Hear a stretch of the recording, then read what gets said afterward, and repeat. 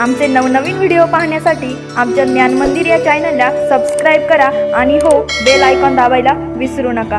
जय शिवराय। जगद्गुरु तुकोबरायांची गाथा ही अनुभवाआधारे आहे। प्रत्येक आलेला त्यांच्या जीवनातला, कारण अनुभवासारखा गुरु या जगाच्या पाठीवर दुसरा नाही। आणि जगद्गुरु तुकोबरायांचा प्रत्येक अभंग जर आम्ही बारकाईने पाहिला तर खऱ्या अर्थाने त्यांच्या अंगी आलेले जे अनुभव आहे त्या अनुभवाचा दृष्टांत सिद्धांताच्या स्वरूपात मांडणारी जर ज्या जगाच्या पाठीवर मॅनेजमेंटचा सगळ्यात मोठा ग्रंथ कोणता असेल ती म्हणजे तुकोबरायांची गाथा आहे। आणि जगद्गुरु तुकोबरायांचा जीवन प्रवास जर आपण पाहिला तर 70 पिढ्या संपणार नाही एवढी मोठी श्रीमंती जगद्गुरु तुकोबरायांच्या जीवनामध्ये होती। वयाच्या 16 वर्षापर्यंत जर जगद्गुरु तुकोबरायांचा प्रवास पाहिला महाराज तर खऱ्या अर्थानं सोने चांदीचे ताटामध्ये जेवण करावं एवढी भयान श्रीमंती खऱ्या अर्थानं तुकोबरायांची होती। पण लक्षात घ्या महाराज, या सृष्टीचं सगळ्यात मोलाचं तत्व, या ब्रह्मांडाचा नियम आहे, जिथं दुष्काळ पडतो कालांतरानं त्या ठिकाणी पर्जन्यवृष्टी ही होत असते। ज्या दिवशी सूर्योदय होतो त्या दिवशी सूर्यास्त ठरलेला आहे। त्याचप्रमाणे ज्या समुद्र मंथनातून विष निघालं, अमृत मंथुनी काढे तेथे विषही, म्हणजे ज्या समुद्र मंथनातून विष निघालं कालांतरानं अमृतही प्राप्त होतं। आणि ज्या ठिकाणी सुख दडलेलं आहे तिथे कधी ना कधी पुन्हा दुःख आल्याशिवाय राहत नाही। मग या सुखाच्या उंबरठ्यावर वयाच्या 16 वर्षापर्यंतचा जगद्गुरु तुकोबरायांचा प्रवास हा अत्याधिक आनंदाचा प्रवास आहे। पण वयाच्या 16व्या वर्षी पाहता पाहता खऱ्या अर्थानं जगद्गुरु तुकोबरायांचे पिताजी म्हणजे बोल्लोबांचं निधन झालं।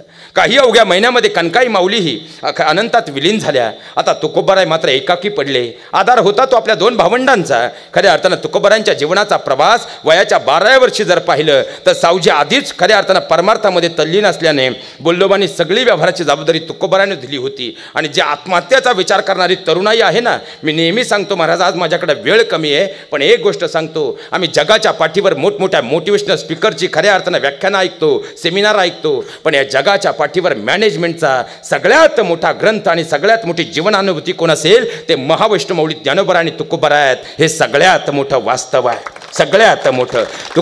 21 वर्षापर्यंतचा तरुण मी जाणीवपूर्वक म्हणतोय, जगद्गुरु तुकोबरायांच्या चरणावरती पहिल्यांदा स्पर्श करतो आणि जाणीवपूर्वक तुम्हाला समजावं म्हणून ह्या भाषेमध्ये एक सांगतो, जगद्गुरु तुकोबराय तरुण म्हणून जर आम्ही 21व्या वर्षापर्यंतचा प्रवास पाहिला तर अत्याधिक श्रीमंती 16 वर्षापर्यंत अनुभवली आहे। 16 वर्षानंतर मात्या पित्याचं निधन झालं आणि त्यानंतर पाहिलं तर 1630चा दुष्काळ आला। दुष्काळामध्ये पहिली पत्नी, मुलं गेली, दारावरची जनावरं गेली। अरे पाहता पाहता या दुष्काळामध्ये रयतेचे हाल पाहिले, म्हणजे सर्वसामान्य जीवांचे हाल पाहिले आणि होतं नेवतं तेवढं सगळं समाजाला दान केलं।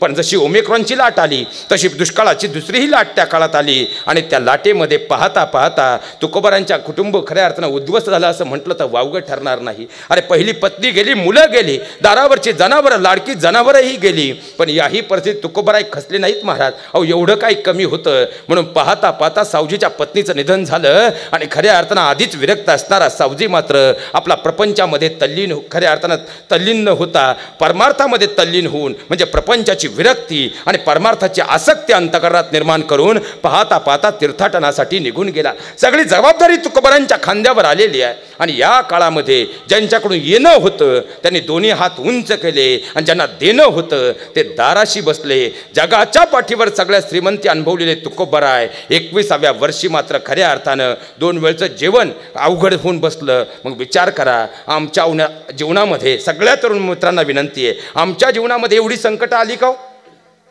आमच्या जीवनामध्ये एवढे दिवस आम्ही पाहिले का? पण तिथून पुढे तुकोबरायांचा प्रवास असा आहे की साक्षात भगवान परमात्मा खऱ्या अर्थानं स्वतः पुष्पक विमान घेऊन म्हणजे वैकुंठ गमनासाठी तुकोबरायांना न्यायला आले। 21 वर्षापर्यंतचा प्रवास आणि तिथून पुढे तुकोबरायांचा प्रवास ज्या दिवशी प्रत्येक तरुणाला समजला, प्रत्येक तरुण अभिमानानं सांगेल कोरोना क्या चीज है। कारण कोरोनाला घाबरणारे सगळ्या तरुणाला उद्या माझी नोकरी राहील की नाही, माझा व्यवसाय राहील की नाही, व्यवसायाला कर्ज काढले काय होणार, अनेक प्रश्न आहेत। ज्याला एवढे प्रश्न पडले एकदा त्यांनी तुकोबरायांचं चरित्र वाचावं, जीवनातले सगळे प्रश्न संपल्याशिवाय राहणार नाहीत। आणि जगद्गुरु तुकोबरायांना जेव्हा अनुभव आला की या प्रपंचाला कितीही उघडा तो कोळशासारखा काळाच आहे।